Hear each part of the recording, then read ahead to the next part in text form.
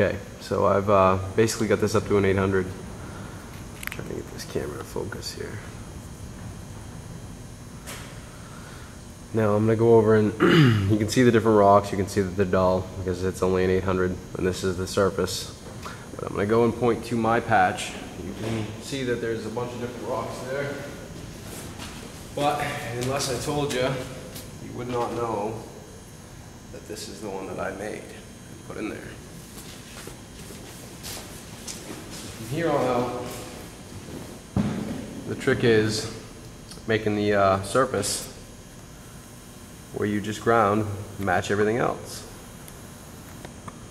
You can see I've got a pretty widespread area, and that's an 800. It doesn't look it looks really dull. From here on out I will show you how to make the top shine and match without looking hazy or dull, because I know a lot of people in the granite industry really struggle with this part. And I don't blame them. It took me several years to find an effective way of doing it. I'm going to dry this up.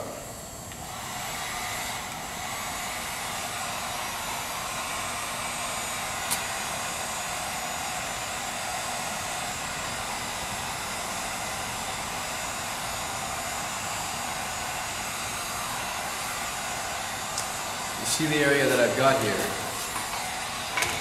and we're talking 2 feet that I've actually got to remake shine like the rest of the granite, and this whole 2 feet was all just because of a patch I was making the size of a thumbnail. That gives you an idea of how wide you want to feather out your polishing so that you don't end up with dimples. Now that I've got up to an 800 shine, from here I'm going to jump over to dry pads, dry polishing pads. And I'm actually going to start with an 800 with the dry pads. Use a different backer here. This is just a soft, flexible one.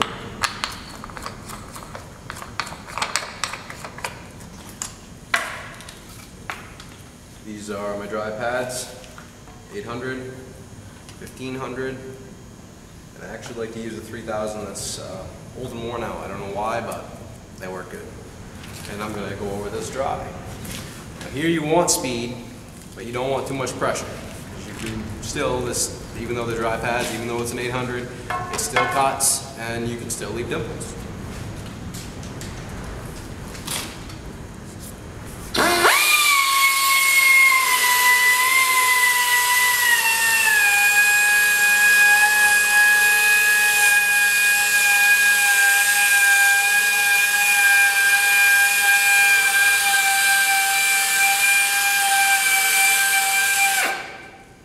I'm not sure if it will show up good in the video, but little by little as you go over this with the 800, you'll see it starting to take a little bit more of a shine.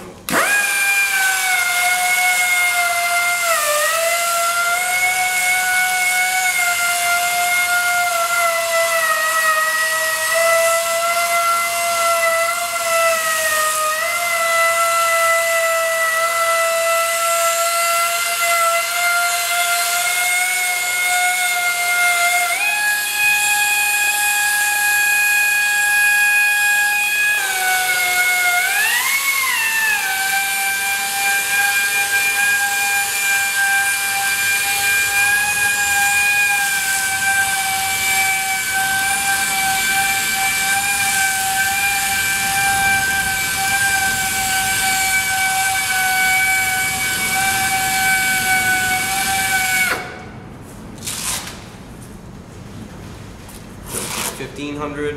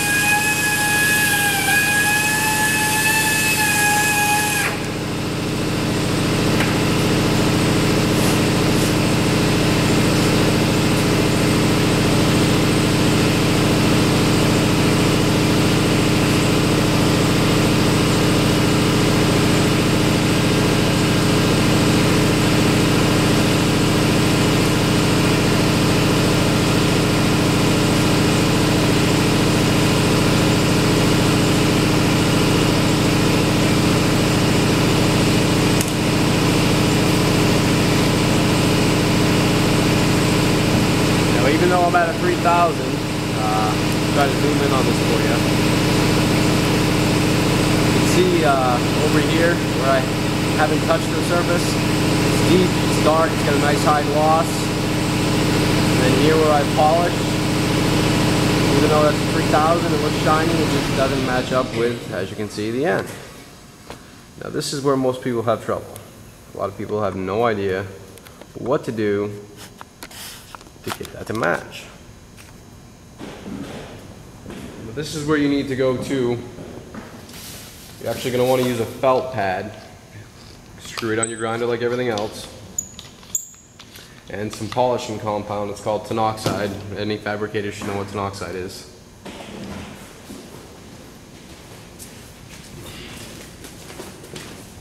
It's my felt pad.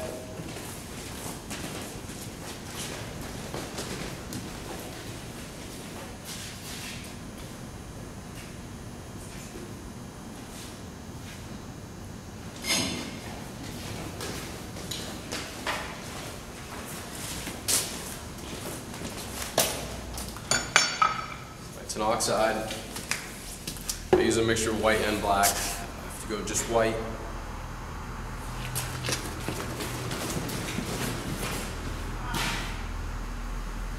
UPS. Use just white. On a darker granite, any little cracks or blemishes in the end, the white will be in them, and you've got a lot of white spots, and they just don't look right. So, a little bit of white, sprinkle it around. This is actually the tinoxide. This is the polishing compound. The black is just a coloring paste. But what I do is a little bit of white, a little bit of black,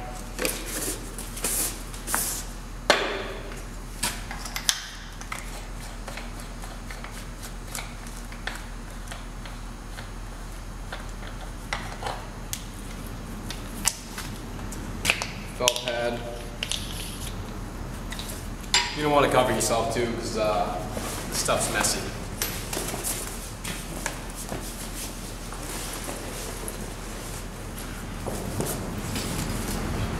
How's it going today? Good. Good, yourself. Thanks a lot. Have a good afternoon. You too. Once you get your powder on there, put some water to it, not too much, just enough to make it like a paste. Polishing with the tinoxide, you've got to use a lot of speed. You actually want to get it so that you're warming it up, causing some friction, some heat.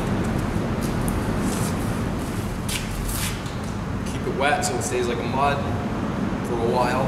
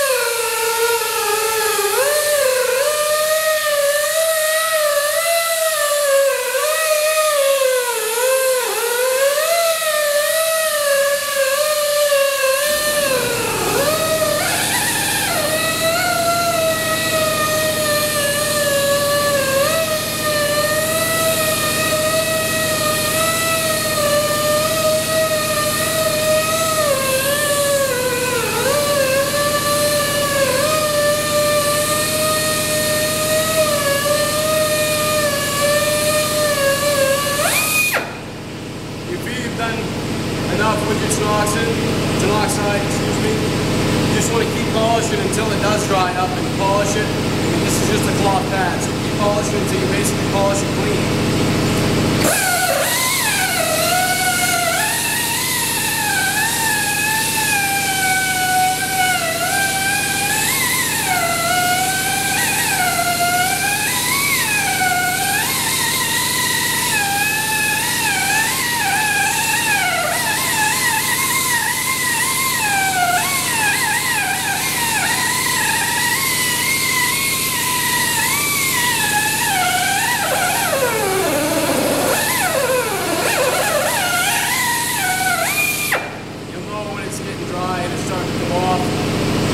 Grinder will start grabbing and dumping. That's just creating friction.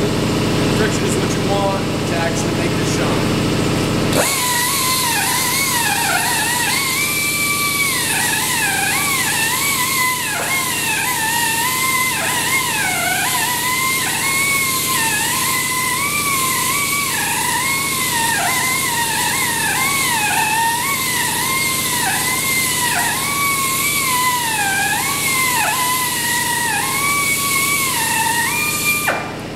After I've got most of my polishing paste off there, I go over it with just water. High speed water. Of course my grinder's frozen at the moment because I'm putting pressure on it.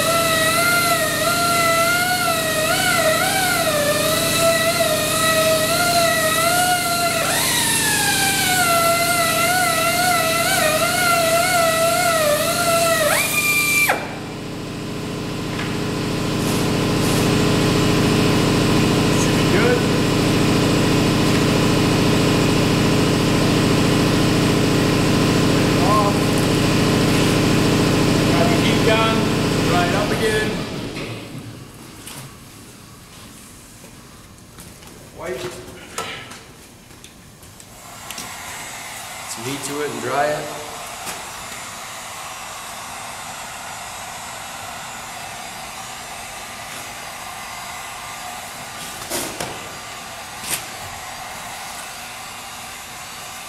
Now, polished it, using my tin oxide, gone over it, and it's still dull, it's still hazy. So, the trick that I have found, and a lot of people don't know this, is what to do to get rid of that haze. So, what I do myself,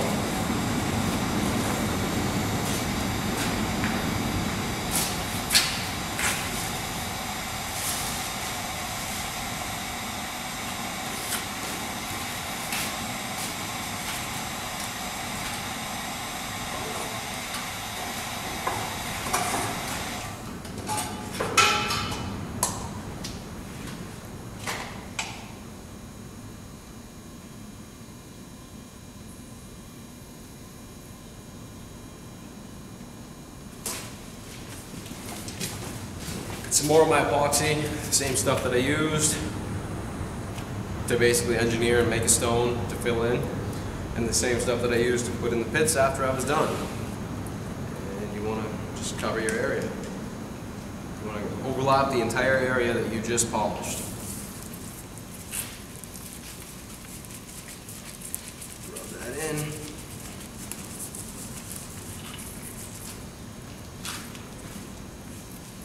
You're going to allow this to sit 5 or 10 minutes. It's a penetrating epoxy, so basically give it time to set into the stone.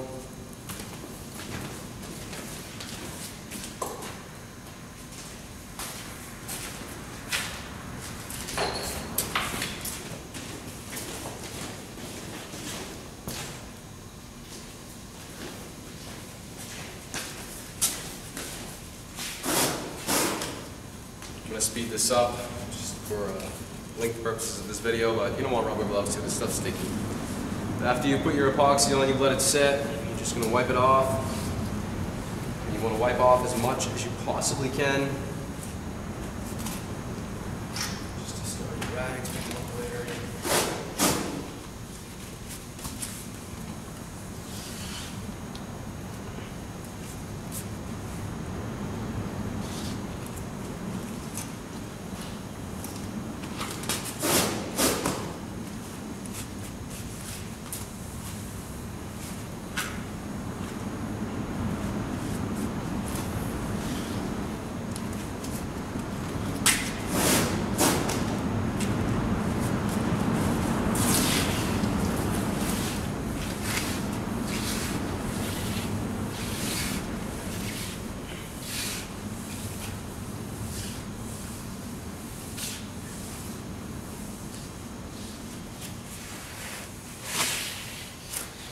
I've got as much of that wiped off as I possibly can. Now, it's going to be sticky and tacky, so I just use some Pledge, spray it, piece of 4-aught steel wool, the finest steel wool that you can buy, and don't use anything else because you can scratch it. Just buff your area that you just polished.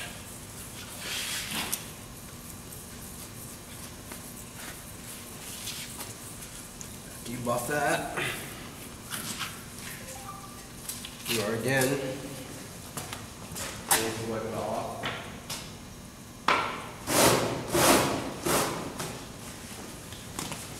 Wipe it dry.